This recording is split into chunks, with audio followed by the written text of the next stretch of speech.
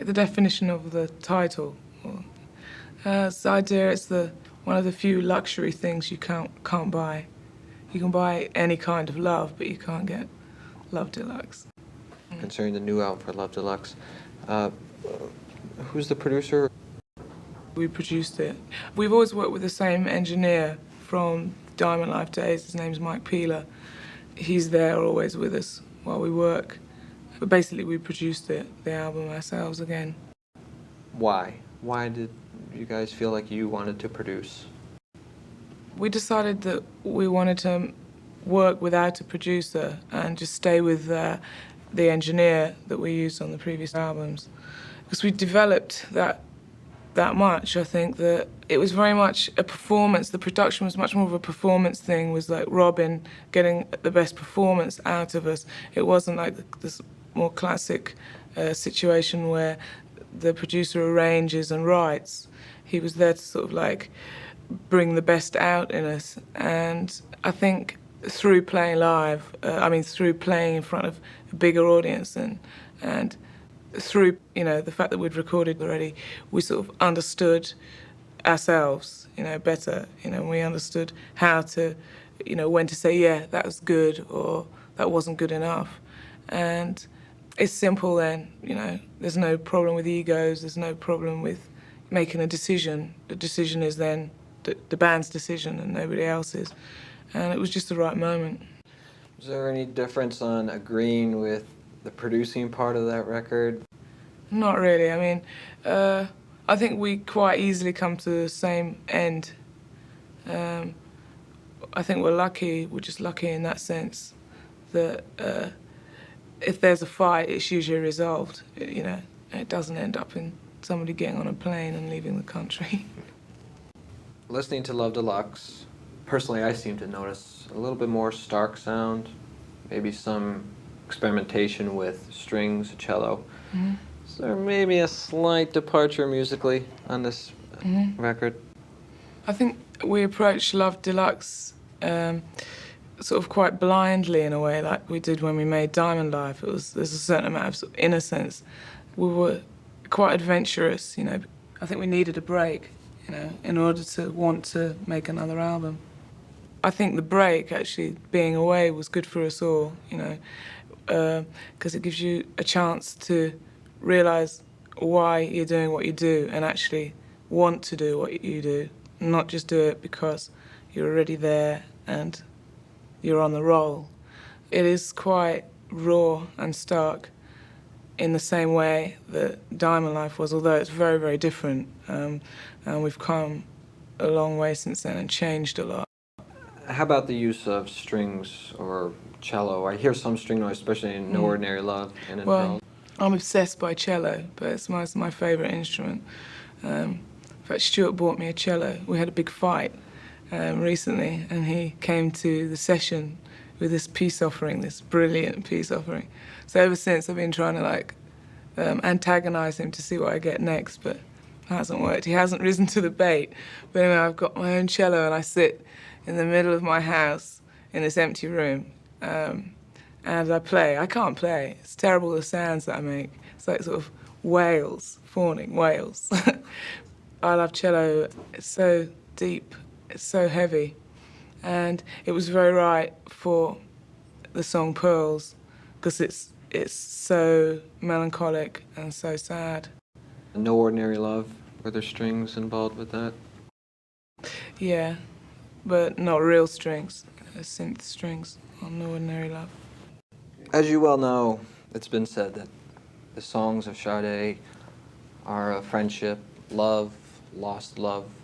Where do these lyrics come from? Where do these stories come from? The songs come from inside me, and inside my life. I sort of dig around and I find the stories hidden there somewhere. Sometimes things just come almost magically into my mind. Sometimes I see something that, and I'm compelled, to write about it. Other times they're just pure fantasy. On Pearls, very, straight to the heart story there. Could you talk about that?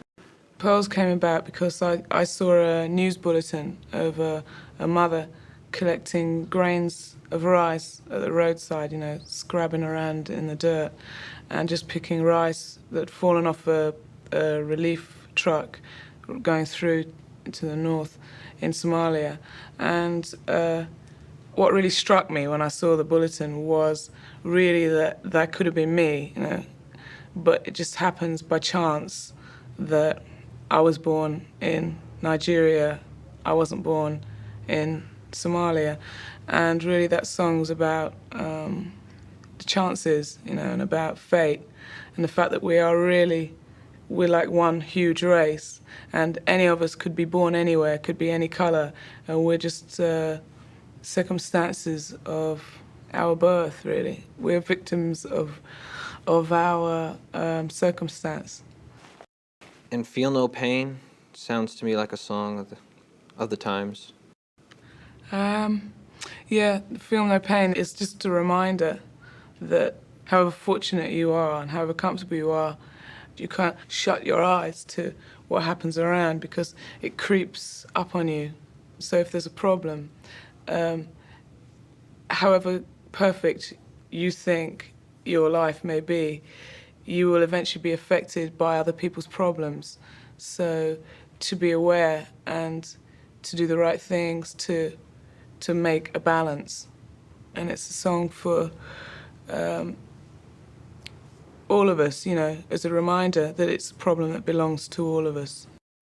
Sade, the band, Sade, I think has established a distinctive sound of their own. What's behind the arrangement of the music? The songs come together without much explanation, really, you know, it just sort of evolves. Often the lyrics dictate the mood of the song. Other times, maybe there's a backing, we lay down something first, and then whatever feels right goes on to that. You know, it happens like in quite a divine way, you know, it just occurs. You know, maybe I'm singing something and then Andrew just sits down and plays something and it's right. Basically, everybody contributes and it comes from all different directions. Is Sade considered soul? You know, it's soulful music. It doesn't necessarily sound like the soul people recognize, but comes from inside, and that's what I consider to be soul music. I mean, I think a lot of folk and a lot of jazz is soul music. Flamenco, even classical music, can come from the soul. If it gets you there, then it's soul music. Is there any kind of philosophy maybe behind the band when you're all together writing your music? It's something which has to be felt. You know, we don't really have any working pattern. We're very sort of anarchic and random.